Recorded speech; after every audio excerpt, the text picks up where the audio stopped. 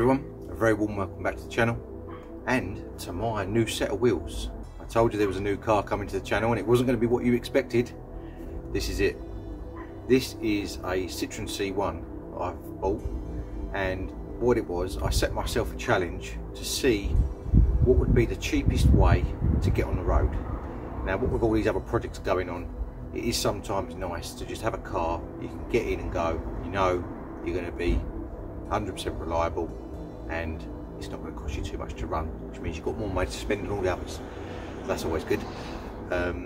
So I set myself a budget of £650 to not only buy, but to insure and tax. And this is what I came up with. Now obviously at this price point you can't be expecting too much. This is a Vibe model, which is the basic of basic, windy windows, no central locking, but it has got power steering, so that's an upgrade on the Cavalier at least. And it needs a few jobs doing to it here and there, which obviously I don't mind, because you know what I'm like from my other videos, I love a tinker. So yeah, let me grab the camera and I will show you around it. Rightio then, this is the new Steed. This is, as I say, a Citroen C1, which, if any of you know, is exactly the same underneath as a Peugeot 107 and also a Toyota Aygo. Now that all three of those cars all share exactly the same platform as far as suspension and engine, which means it's pretty much bulletproof, because if you know Toyota, you know they're good for reliability. So it's only the body and the badges that change. Now as you can see from this, because it's at this price point, I paid £400 for this car, which I consider to be a bit of a bargain.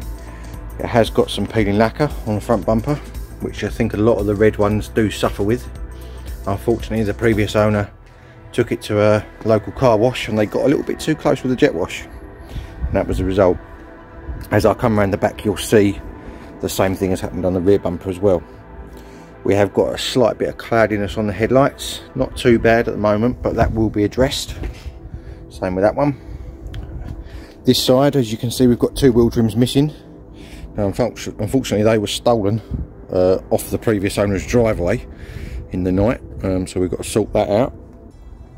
This lock has been tampered with, shall I say. Someone's tried to get in the car when the previous owner had it. There's no visible damage on the outside, but the key won't operate it, and it's the same with the boot lock.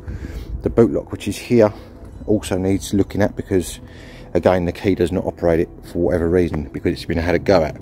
Now as you can see from the back bumper is completely faded, and due to the same issue as the front one with the lacquer peel, so that will need addressing. Hopefully I'll be able to sort that out myself rather than obviously spending any big money on it. As you can see there, it's the Vibe model, which as I said to you, is the base model. We've got the wheel trims on this side, so that's good. Inside, as I said, we've got windy windows, no central locking, so there's no electronics in these doors at all. Manual mirrors, a sort of semi-standard sort of base dashboard, no aircon or anything like that, obviously. Pretty simple gauge cluster on there. Obviously you've got your little digital display on there, which comes up with the mileage and whatever else, which I was actually quite chuffed to get this car, because when you, as you'll see, turn the radio off, it has only done 88,000 miles, which for a 2005 car is pretty low. Most of these have done well over 100,000 at this point. So yeah, we've also got to sort out the wipers. The wipers need changing. It's another little job we've got to do, which we probably actually will start off with. Actually, we'll do that as a first job, because obviously you need to see where you're going. Let me just pop the bonnet under here. Excuse all the wrappers everywhere. I have been using the car. And right, let's show you under here. Notice there's a little scratch on. Oh, that's a. I thought I had a scratch along there, but it was a cobweb. Where's the bonnet thing gone? Can't find it. Where's it gone? There it is. Under there, you've got a little 1 litre or 998cc 3-cylinder engine. Tiny little battery. The engine is literally minuscule, but very, very, very sprightly. Don't discount this car. If you've not driven one before, I would highly recommend it. It is massive fun to drive because it's really revvy. You can absolutely rev it to the max and it will love you for it. And because you can see there that the wheels are right on each corner, literally not a lot of overhang at all between the front or the back.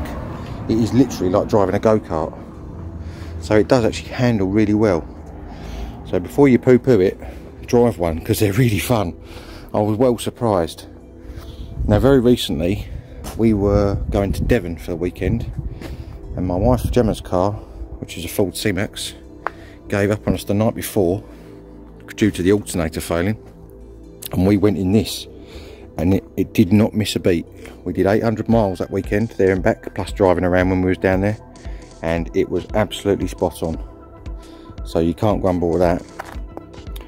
So I have actually managed to get 2 wheel trims for this side, so the first thing to do will be to put those on, and then we can sort out the wiper blades, and then we can start looking at the locks. Now it does also need, if you can see on the roof here, all these little tiny black dots. So it needs a really, really nice wash, clay bar and polish, which obviously we will do it as well. It is pretty shiny apart from the bumpers, so we'll get the body as best we can, and then we'll maybe get the bumpers painted in due course.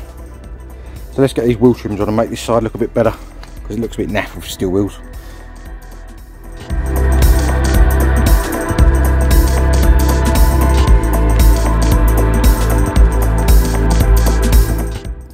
That's a bit better, isn't it? At least we've got a matching set on there now. Picked these up off of eBay for £5 each, so you can't grumble at that, can you? They're not mint. They do need a bit of paint work on them. That's if we do end up keeping them, because you know what I'm like, I'll probably end up putting alloy wheels or something on it. So yeah, that's the start at least, isn't it? So tidies up a bit. Let's sort these wipers out.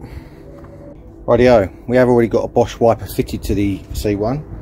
I've gone for another Bosch one again. I like the Bosch wipers, they're really good. It's a Bosch Aero Twin, if anyone wants to know. This is a 26-inch one on this C1. They've only got a single wiper blade on these, so it's pretty easy to change. Basically, all you do, you've got 2 little squeezy clips there. You pop that little cap up, lift the arm up, and it should just slide out. And then you just unhook it off the arm. You've got like a hook shape on there, which it hooks into the side of that. Put that down there, out of the way. Get a new one, lift it up, goes on the arm like that. You hook that into the little hook on the end of the arm, click it on, click it down, job done. So if you ever think about paying Halfords to do wiper blades again, don't, because they're really easy. So let's get the rear one done. Rightio, rear one. We have again got another Bosch one. Bosch. So a little 12-inch wiper on this back one. Now I always thought when I saw these before I owned one, that is the silliest little wiper ever, and it will not do a thing. Well, you'd be surprised, because this has got such a flat back on the car. It does actually get tons of spray and rubbish, which obviously sticks to the back window. So having this little wiper, even though it's only small, does help a lot. Now this looks fairly straightforward. You can see it's just got a little pin in the middle of the wiper, so that I'm assuming just pops out of the clip. I've never done one of these, so we'll see. There you go, look. It just pulls out. The old one is a little bit manky. Looks like a Bosch one again. So yeah, it should just click in like that. Job done. So let's get onto these locks now then. Sort these locks out, because at the moment I have to crawl over the back seat to get in the boot. Okay, as you can see, we've got the tailgate open. There is a little release you can do inside to obviously open it from the inside, because the lock's not working. Now I have just had a quick look at this, and it looks like you actually have to take the rear bumper off to get the lock out. You can see in there, it's got, where am I? These bolts, but they're coming from the other side. So it looks like it's 2 bolts, but they come through the rear panel. So we've actually got to take the rear bumper off to get that out. Now, having had a quick look at it, it looks like we've got a couple of fixings here, obviously one on both sides, a couple of bolts up here under the lights, again one on both sides, and a clip under here on the wheel arch, which should come out and release it. So let's get them undone. Yeah, I think it may have some underneath as well. Let's have a little look under here. I've not taken one of these off before. Yeah, look, we've got clips there as well, look. So we've got 2 clips at the bottom which we need to pop out. Should be pretty easy. Another one over that side you can see just about hanging down. So we'll get those off and get the bumper off. Let's crack on.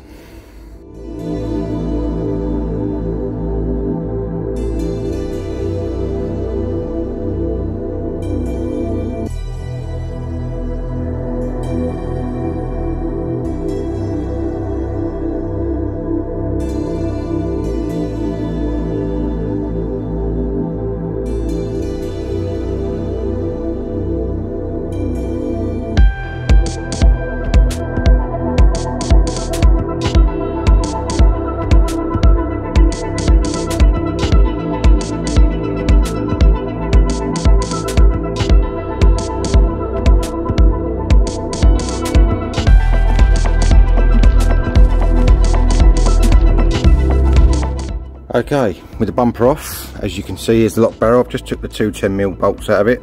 You've got this plastic cover which should just slide off, I think. A bit difficult to do one-handed, but it will come off. There we go. And then that releases the lock barrel to come out from the inside, like that. So there is the lock barrel. Now what I want to do is try and disassemble this if I can, and see if there's any damage inside it on the tumblers, because obviously if there is damage inside it on tumblers, I'll either have to try and straighten them if I can without snapping them, or we will have to buy a new lock set for it, because, or a second-hand lock set, because obviously if the key won't turn and I can't get it to turn, then it's pretty useless. So let's get this apart and we'll see what's inside. Rightio, as you can see, we've got the lock barrel here at the moment. There's the key. When you put it in, it should obviously turn. It's not doing anything at all, it's just sort of rocking, but it won't actually turn. So by the looks of it, we've got one little circuit on the back here. We pop that off, which is easier said than done. I'm hoping we're going to be able to take the lock barrel apart and obviously get things apart and see what's broken inside it or damaged or whatever else. I'm just looking for my circuit pliers or something to that effect that I can spread that little clip out with. Where have they gone? Needle nose pliers, they might do it. Basically we just want to open that apart, or even flick it from in there without stabbing yourself in the finger like that. There we go. So that's off. Then we should be able to remove that. Yep, there we go. Try and keep a note of which way around this goes, because obviously I don't know. So that is that way. The Valeo logo down there, just for my own reference, that is. Now, will this just push out? That is the question. I wonder if you need the key in it. Sometimes you need the key in it to get the tumblers in alignment to pull the barrel out. No, it doesn't seem to want to move. Right, I've not actually taken this type of lock barrel apart before, so bear with me because I am learning, same as you. I've not looked this up. I'm just delving in and trying my best to see if I can work it out. There's no better way of learning than jumping in feet first and cocking it up. No, hopefully not cocking it up. But as it is, it doesn't work, so we're not losing anything if I break it. That's the way I look at it. Don't know whether that little cover is doing anything.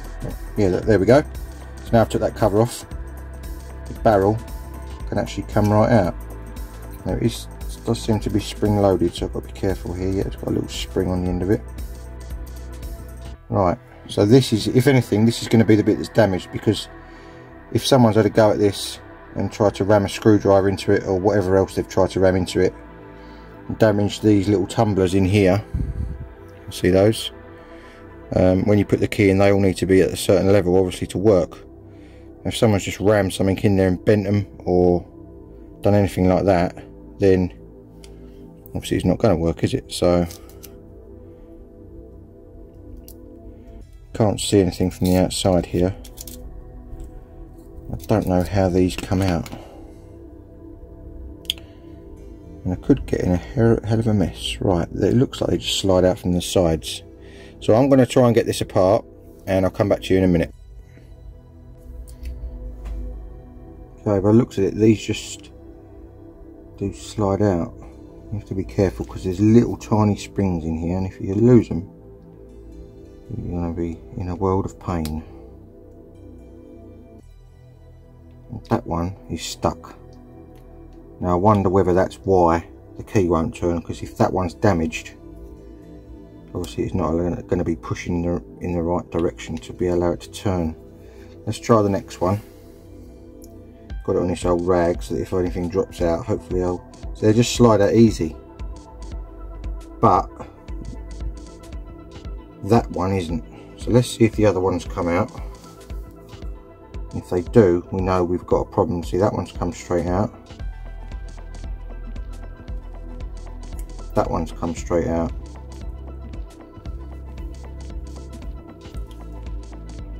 Trying to keep these in the order that I've took them out in, obviously. And that one's come straight out. So we've got one troublesome tumbler, that one, which doesn't seem to want to come out. So we can get that out. Something may be jammed in there, whether it be a piece of screwdriver or something to that effect. I'm hoping that we might be able to fix it with any luck. So that'd be nice, because obviously on a little cheap run around car like this, you don't want to be spending loads of money on it, because otherwise it kind of defeats the object of it being a cheap run around car, doesn't it? So not to say that I won't spend loads of money on it, but so right, I'm going to have a little play with this, see if I can get this out, and I'll come back to you in a second. Okay, got it out, not without too much hassle. Now I don't know if you'll be able to see this on camera, but you can see on there, let me get a pick and I'll point it to you. You can see here on this bit, on the tumbler, it is all rough and chived up on that edge. So I'm going to try and file that back down, because that was obviously stopping it from sliding, and see if that is our problem. Let me see if I can get a bit of, can you see that on the camera? I know it's a little bit difficult to see, but you can see the edge isn't quite right on it on camera. So I'm going to file that back, and we'll put them all back in, see how we get on. Okay, I've filed that one tumbler back, which was this one here, and there was another one, I think it was that one on the top there, which was very slightly little burr on it. And you can see now when I push them in and out, they're all free and they all spring in and out nice and easy. So I'm hoping that that has fixed our problem. So I want to get that reassembled again, basically the reverse of what you saw when I took it apart, and we'll see if the key works. Let's carry on. Okay, just as a little side note, if you do ever take a barrel apart, the tumblers need to be, when the key is in, they need to be level with the barrel. And that's a bit of a daft thing to say, but obviously that then allows the barrel to turn inside that housing there. So they do need to be level. So when you do it, make sure, if you do end up mixing up your tumblers by any chance, I'm lucky I haven't, but if you do, then you can rearrange them and you can get them to their level like that when the key's in. Just a little note there, just to save anyone, just in case. Let's try and get this back together. Okay, I've made a discovery. I've got two keys with the car, they're both the same key, but for whatever reason this one, which is the one I have been using, does not work in this lock.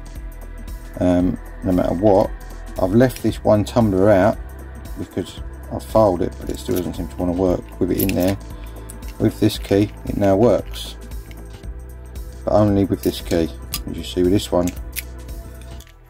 So I don't know if it's because this key is more worn or what, but yeah, it works with that key.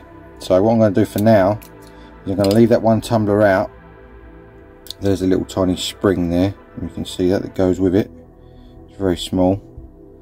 I'm going to leave that tumbler out for the minute, just so I can actually use the boot lock, and I'm probably going to end up buying a new lock set for it, so that I can use, I have two keys that work all locks, because otherwise I've only got one key that works the boot lock, which is not much good. So yeah, that's the plan for the minute. Rightio, postman's bin, and we have got ourselves a second-hand lock set for the C1. As you can see, it comprises of 2 lock barrels for the doors, petrol cap, ignition barrel and boot lock. Now this particular set was quite cheap in comparison to all the others, mainly because the driver's lock barrel didn't turn, and I've since taken it apart. As you can see, I've got the cap and the 2 back bits off here, and you can see there, that is what remained, those 3 little bits of one of the tumblers inside it. They're actually completely broken up in half and jammed it all up.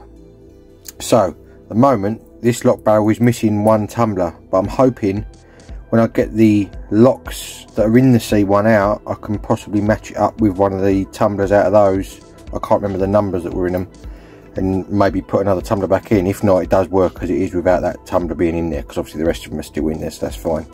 So I need to take the back bumper back off again, because we are a few days later now, and we can get the boot lock fitted on. I won't bore you with obviously filming that again, because you've seen me take the bumper off already once. It's going to be exactly the same thing. So I'm going to get that one fitted. Now with this one also, I need to swap over the cover from the other lock, because as you can see in the middle there, the little flap, which is like a dust shield, the little spring loaded bit isn't working on it, so it's just sitting all the way in all the time. So I'm going to swap the spring over for that from the old lock, because it works on the old lock.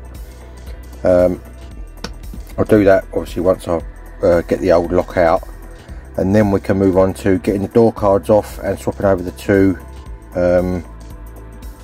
door lock barrels there. Obviously the petrol cap's easy, that just goes in as it is, just put it in the hole and turn it.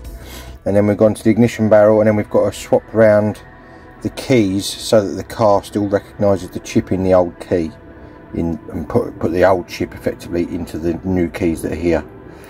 So we've got a bit to do, so I'll get the bumper one done first and I'll come back to you. Let's crack on. Okay, after much faffing about, I've ended up making 1 lock out of 2 good ones. So this is the new barrel in the middle, which I've actually completely taken apart, cleaned all it out, put all the tumblers in WD-40, cleaned them all and re-greased it all, because it was all manky inside, worse than the old one was. And I've used the, you can't see it now because the plastic cover's over it, but I've used the new plastic cover that came with the new lock, the old housing which was in better condition than my original, the new lock barrel, and obviously the old flappy bit in the middle which keeps all the dirt out. So that is now all on there and working, so we can get this back bumper put back on again now, and then we can get onto the doors. Let's carry on. Okay, the back bumper's back on, basically a reverse of what you saw me do on time lapse, and we've now got to take the door card off, obviously on both sides. So I'll just show you one side and I'll put the other side on after. But as far as I know, you have to take this cover off. There's a self tapper here, I think there's 2 self tappers in there. There's a funny clip on the back of the handle, which obviously you won't have if you've got electric windows, or you just be able to take the door card off and then unplug it from the back. But because I've got not got electric windows, I've got to take the winder off. And the rest of the door card all the way around, I think it's just on pop clips, so it should be fairly easy to get off. So let's see what we can do and see how long it takes. There we go, it's the cover off. As you can see on the back there, it's just got 2 clips either side and 2 little tangs on this side here, and you've got a screw there, a screw under there. Let's say that one you could see there, and then the rest of it should be fairly easy, hopefully. I'll come back to you when it's all off and show you inside the door. Let's carry on. Okay, door panel is off, as you can see there. We are inside the door. Interestingly, on the later cars they had speakers in here, so I'm wondering whether I could upgrade the stereo and run some extra speakers and mount them in them holes, because that would work quite well and they wouldn't stick out in the door cards then. But anyway, that's a thing for another day. The hardest bit of getting that off was this clip behind the window winder. It's an absolute pain to get off. Anyway, it's off. So we've got to strip this polystyrene back. It's glued on the edge, so I'm going to use a blade carefully to cut around the glue. In fact, it might even just pull off, but there we go. It's hot enough today that it's just pulling off. Sometimes you find it will rip the foam if you pull it and it's not sort of sticky, if that makes sense. If it's like gone hard, the rubber, like that. There you go, see? So yeah, you have to be a little bit careful with it. But I should be able to get in there. I need to get up to there. You can just probably just about see the lock barrel is inside there. You can just see the edge of it here. So that's what I need to get. I think it's just held in with one slidey clip, and obviously the rod that operates the door lock. Can't really get in there any better to show you that. No, can't get in there any better to show you that. I'll get it out and I'll show you what I mean. Back in a sec. Okay, the old lock barrel is out, that's that one. Unfortunately the clip broke when I took it off, but the new one has got a clip on it luckily, so it just pops on, so that's okay. So basically all it's held in with is that clip on the rod for the lock and this slider clip. That's literally all that holds it in. That's really easy. So we'll put the new one in and then we'll do the same on the other side. Let's carry on. Okay, you can just about see in there, that's the new lock barrel installed with the gold slider clip on. The rod, you can't see, it's behind the window runner on the left of the screen, but that is clicked in there now and it all works, no problem at all. So now we've basically just got to do a reverse of what we just done. We've taken the door card, or putting the door card back on again, and then we can swap over to the other side. So far it's turned out to be quite a reasonable job, so that's good. We'll carry on.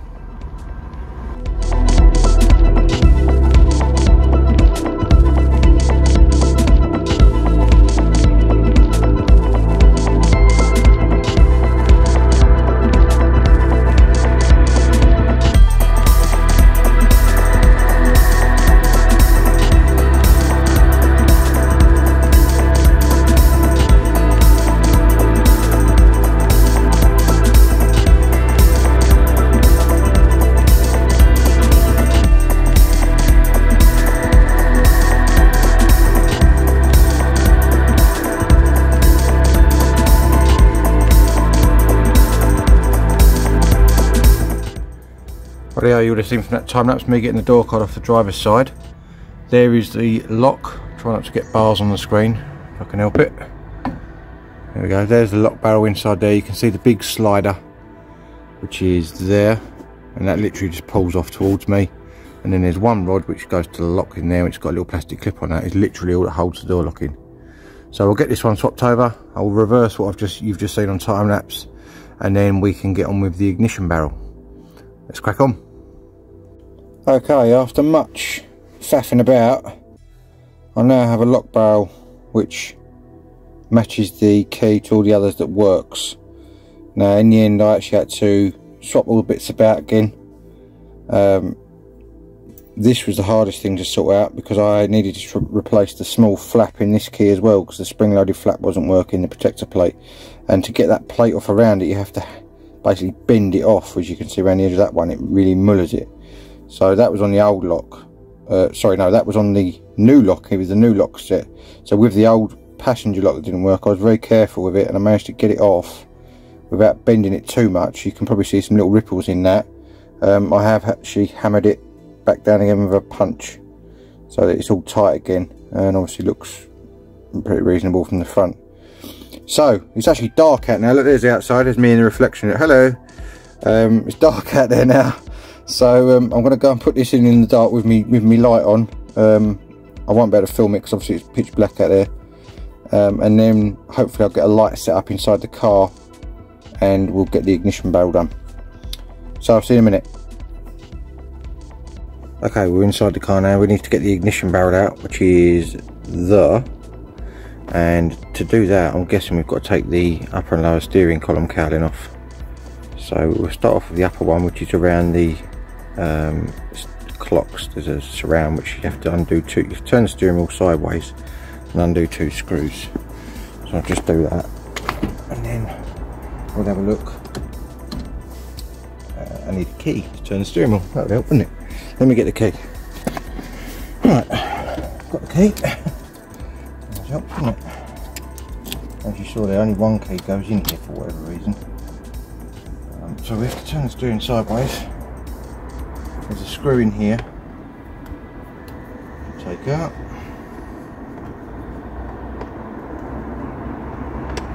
And then turn it the other way. There's a screw there. That will release this top housing.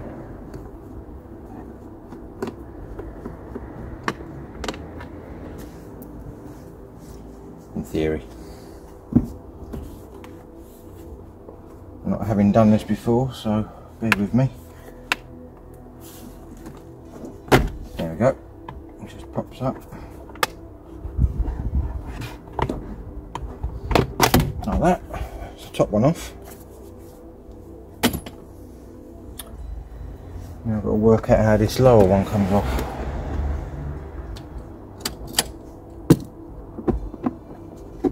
May May even just pop off with those same screws with any luck.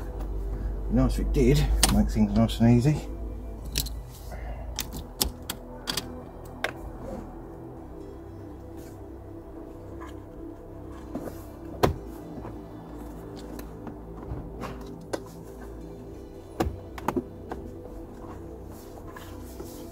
Let's have a little look under there, see if there's any more screws.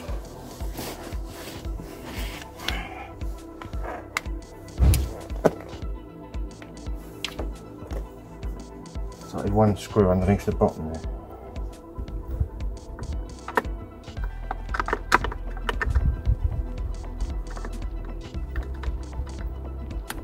Yeah.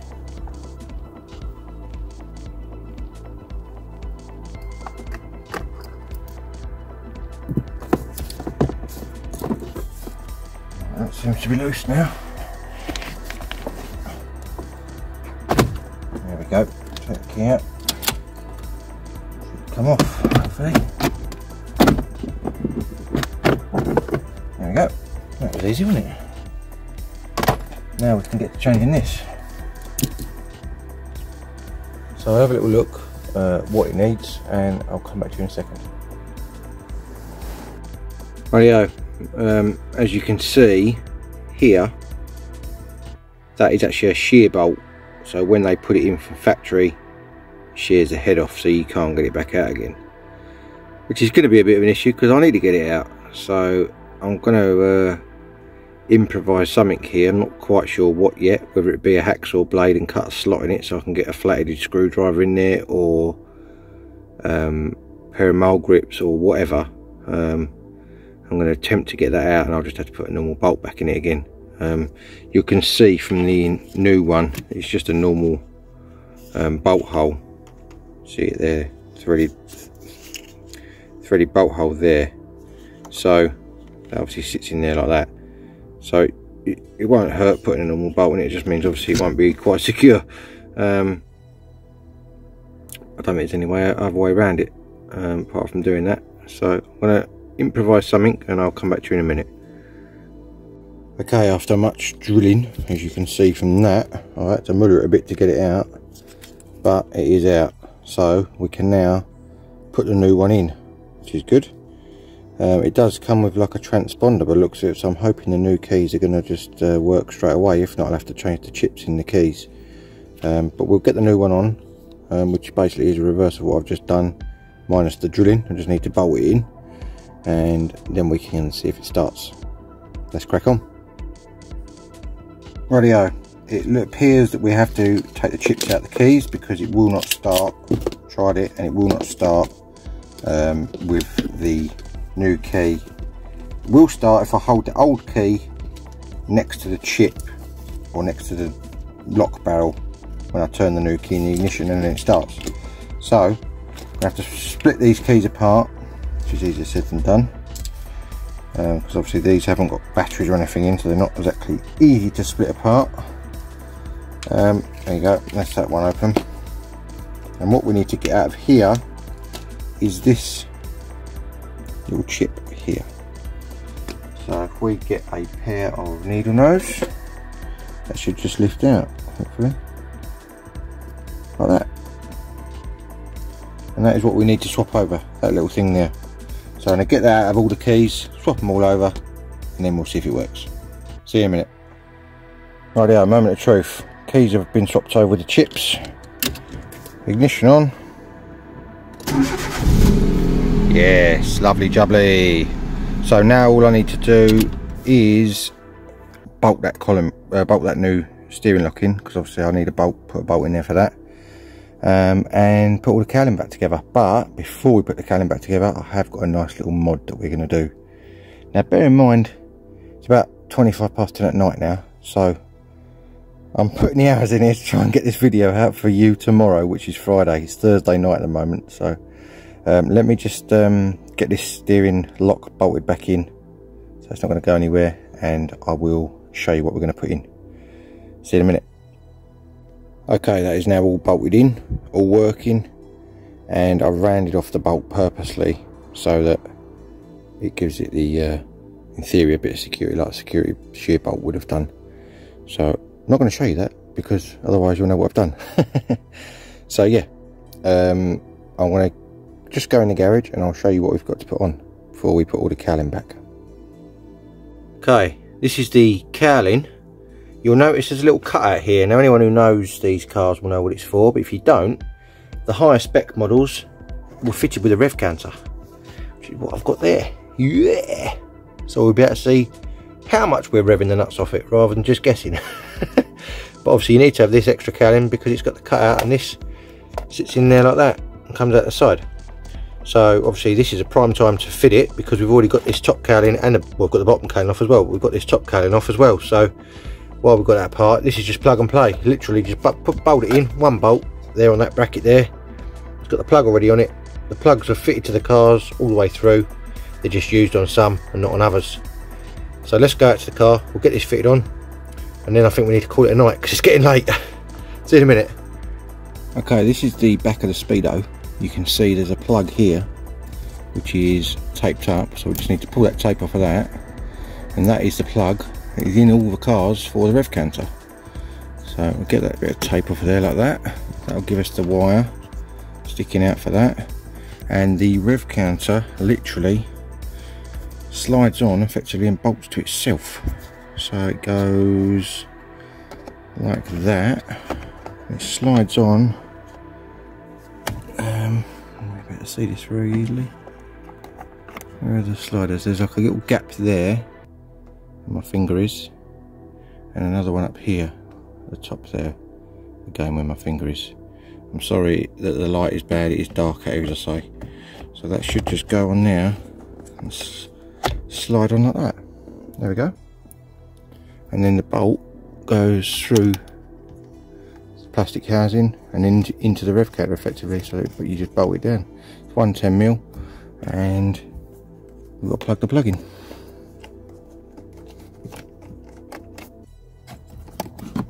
Unfortunately I've put the wire on the wrong side of the rev counter. It's got to go around this side. So I'll plug it through the right side. And there's a plug. You can see there's a plug there. And that literally just pushes in there.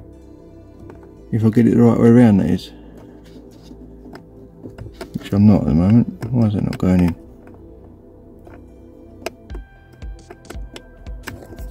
Maybe I have picked the wrong plug here, so it doesn't look like it's the same plug hole. Oh, I've got it around the wrong way. One or two. Yeah, got it around the wrong way. Look. Right, there we go. Click it in. Job done. So now, when I switch the lights on, that should light up with it, which it does. That's good. And when I start it, add the keys. What have I done with the keys?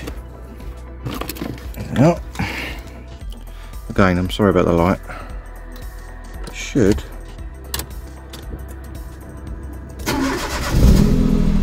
Yeah, look at that. Working rev counter. Lovely jubbly. That's alright, isn't it? Brilliant. So now we can get that new cowling put on with the cutout in, and then we are done. Hooray! Okay, so that's going to conclude the video on the little Citroen C1. The first video, I should say, because there are other things that we're hopefully going to do to it. We need to paint the bumpers on it, we need to sort the headlights out. It has just passed its MOT as of yesterday, and the MOT man did polish the headlights slightly to get it through the MOT, but I want to do them all over and re-lacquer them, so that'll be another job. I'm not sure what else we're going to do to it yet, but we've done a fair few bits in this video, so that's good, keeps it all going. Oh, we need to do brakes, discs and pads we're going to do on it, and probably a service as well. So a few things I didn't say earlier in the video about the price. Obviously I said that I wanted to buy, insure and tax a car for less than £650. This costs £400 to buy, £196 to insure, and that's with no claims, because the no claims is on Puma, and £20 a year road tax. So that works out at about 620 quid, just under.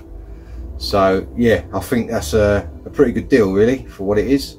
Obviously I've spent a few bits here and there on the rev counter and the lock set and things like that, but that's par for the course for any car, especially with me. You should know that by now. So yeah, I reckon that's a good cheap car challenge really. It's been ultra reliable, ultra fun, and hopefully it will do many more miles to come. So if you want to join me for more automotive adventures, make sure you tune in again soon. I'm not sure what the next episode is going to be yet, whether it be on the Puma or whether it be on something else that I may have purchased. If you're on my Instagram account, you'll know what I bought, and if not, then make sure you have a look on the Instagram account. That is MEC_. I can't remember the name of it now. It is, someone just walked past behind me and put me off, that's what it was.